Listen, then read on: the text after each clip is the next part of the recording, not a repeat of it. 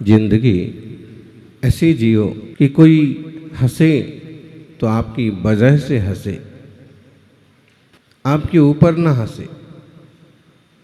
जिंदगी ऐसी जियो कि कोई हंसे तो आपकी वजह से हंसे, आपके ऊपर ना हंसे। और जिंदगी ऐसे जियो कि रोए तो कोई आपके लिए रोए, आपकी वजह से ना रोए। बड़ा बारीक अंतर है, लेकिन इसी बारीक अंतर से आदमी अंतरात्मा और बहिरात्मा बन जाता है। दुनिया में दो तरह के लोग होते हैं, बात तो ठीक है। एक वो लोग होते हैं जो आपको कुछ करने का मौका देते हैं, और दूसरे वो लोग होते हैं जो आप कुछ भी कर रहे हो तो भी धोखा देते हैं।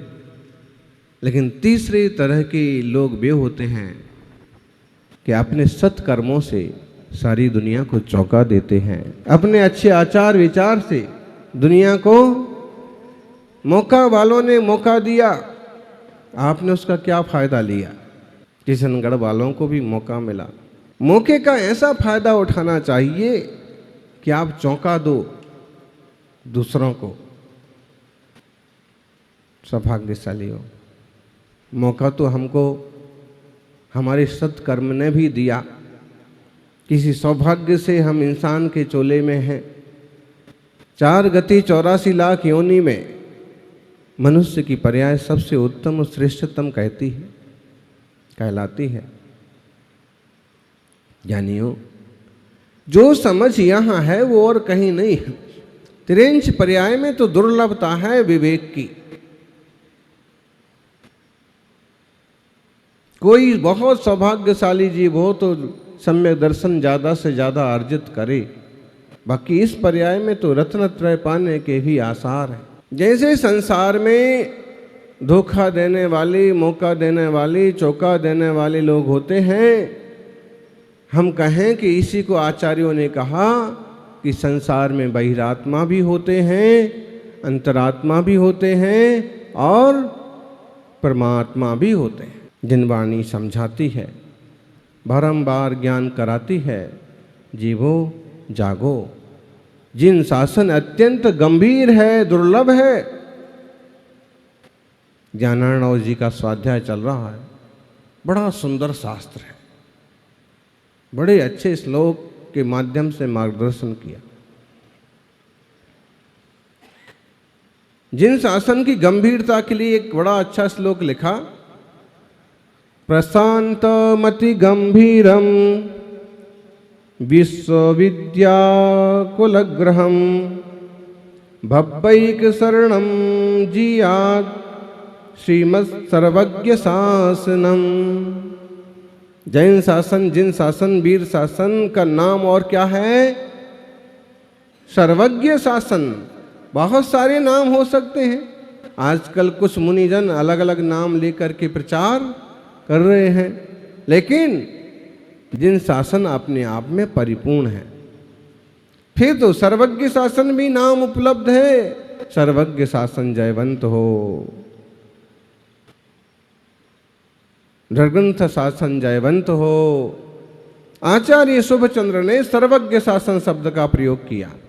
प्रशांत मति गंभीरम, कैसा है यह जिन शासन, सर्वज्ञ शासन, वीर शासन? प्रशांतम, प्रशांत है। यहाँ कोई अशांति का काम नहीं है, यहाँ कोई उपद्रवों का काम नहीं है। पूरी तरह से शांति शांति शांति। प्रशांतम अति गंभीरम, और यह अति गंभीर है। कैसा है? अति गंभीरम। अति गंभीर, गंभीर का मतलब होता है गहरा। और देखिएगा, सागर जहां ज्यादा गहरा होता है ना, वहां तरंगें भी नहीं उठती हैं। नदी बहती है, कलकल कलकल करती हुई चली जाती है, और उसकी कलकल में बहुत रहस्य छुपा होता है कि कल कल कभी कल आने वाला नहीं है, जो करना हाथों हाथ करते चलो। लेकिन एक बात ध्यान दीजिए कि नदी जब बहती है तो कल कल शब्द वहाँ करती है जहाँ वह बहुत कम बहाव पर बहती है, जहाँ गहराई कम हो। और अगर गहराई खूब है तो उसकी आवाज़ बहने की बिल्कुल भी नहीं आती है। जितना ज़्यादा वहाँ गहरा होगा, अंकली चतुर्मास में कृष्णा नदी 100 मीटर के फासले पर ही है, 200 कदम शुद्धि के निमित्त से उसी तरफ जाते थे। लेकिन बरसात में जब पानी चढ़ गया नदी में, तो शुरू में जब पानी हल्का फुल्का था तब तो उसकी आवाज़ आती थी, फुट 2 फुट था तब भी उसके बहने की भर भर की आवाज़ आती थी। लेकिन जैसे वह 20, 25, 30 फुट चढ़ा, घाटों के ऊपर से निकलना चालू हुआ, उसकी आवाज़ तक आना बंद हुआ, सनई सही नहीं, ऐसा बहता चला जाता भारी पानी। अब कोई देखे कि पता नहीं, अगर ना समझ हो तो समझेगा कि उथला है, लेकिन ये मतलब है कि आवाज़ नहीं है, इसका मतलब गहरा है। छिछले लोग बहुत आवाज़ करते हैं और गंभीर लोग चुपचाप बहते हैं। जो ज़्यादा पटपट करते हैं, ज़्यादा चपलता दिखाते हैं, ये बहुत छिछले लोग समझो। समाजों में द्वंद्व खड़े कर देना, क्लेश करना, पद प्रतिष्ठा का ऐसा लालच कि भले साधु जाएं तो जाएं, निकल जाएं। किसी बात का ऐसा अहंकार, पंथ संत का ऐसा आग्रह कि पूरे समाज को नुकसान उठाना पड़े तो उठाना पड़े, लेकिन हमारा पुछल्ला हम छोड़ेंगे नहीं। ये छिछले लोग हैं, मतलब उथले। 1 2 इंच भी गहराई है कि नहीं पता नहीं। गहरा जो होता है वह हर चीज को समझता है, सब को साथ में लेके चलता है। जब गहरी बहती है नदी तो कितनी चीजें उसके साथ बहती हुई चली जाती, कितने घाटों की सफाई हो जाती है। गंभीर है जिन शासन। अगर छिछले लोग इसे चलाने लग जाएंगे ना, तो वो अपना छिछलापन दिखाए बिना ना रहेंगे। इस गंभीर जिन शासन को समझने के लिए गंभीर लोग चाहिए, और गंभीर बहुत कम हो पाते हैं। गंभीर का मतलब होता है उदारवादी दृष्टिकोण, अनेकांतवादी दृष्टिकोण, सहनशीलता वाला दृष्टिकोण और सबको समाहित करने वाला दृष्टिकोण। बड़ा गहरा शब्द है, अति गंभीर। तीर्थंकर भगवान बैठे हैं 12 साल तक, केवल ज्ञान नहीं हुआ तो एक शब्द नहीं बोले। कैसी गंभीरता, कैसा नीरव मौन।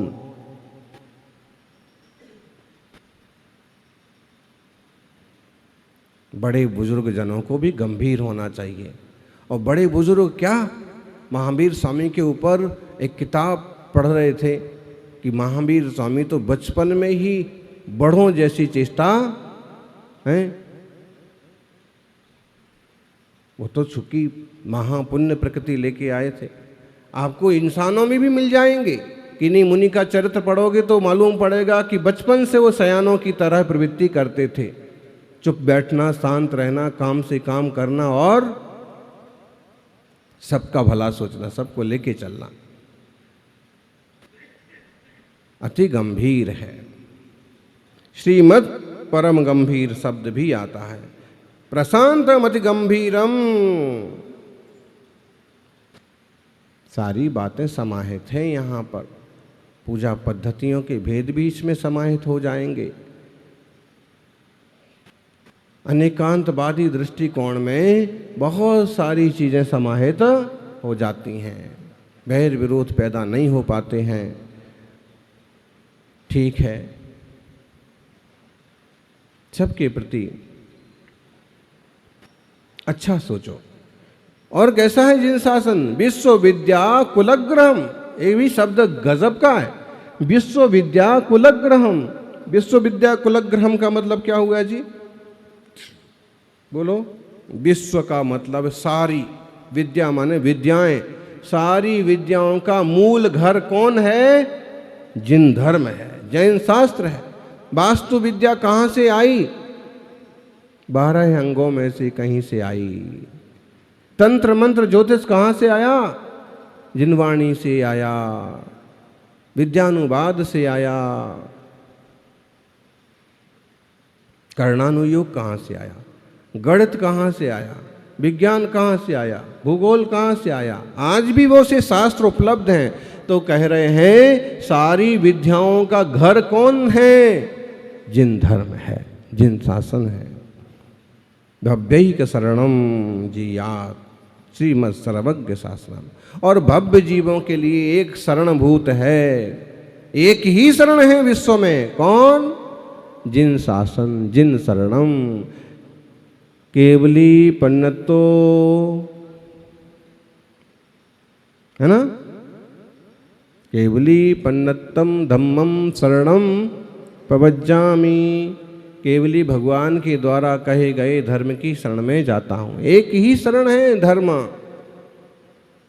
चत्तारि शरणम पवज्जामि, अरहंत शरणम पवज्जामि, सिद्ध शरणम पवज्जामि, साहु शरणम पवज्जामि, केवली पन्नतो धम्मम शरणम पवज्जामि। केवली भगवान के द्वारा कहे गए धर्म की शरण में जाता हूं। किसके द्वारा कहे गए? केवल ज्ञानी ने कहा। अरे भाई, कोई कम पढ़ा लिखा आदमी, कोई पागल आदमी कुछ कह दे तो बात स्वीकार्य हो जाएगी क्या? नहीं होगी। लेकिन दुनिया तो किसी की भी स्वीकार कर लेती है। हम कहते हैं कि हम तो केवल केवली के द्वारा कहे गए मार्ग को ही शरणभूत मानते हैं। देखो, दुनिया में कोई पागल व्यक्ति वस्त्र निकाल के घूमने लग जाए तो उसे कोई संत नहीं कहेगा। कोई दरिद्र व्यक्ति लंगोट भी जिसके पास ना हो उसके लिए कोई मुनिराज नहीं कहेगा।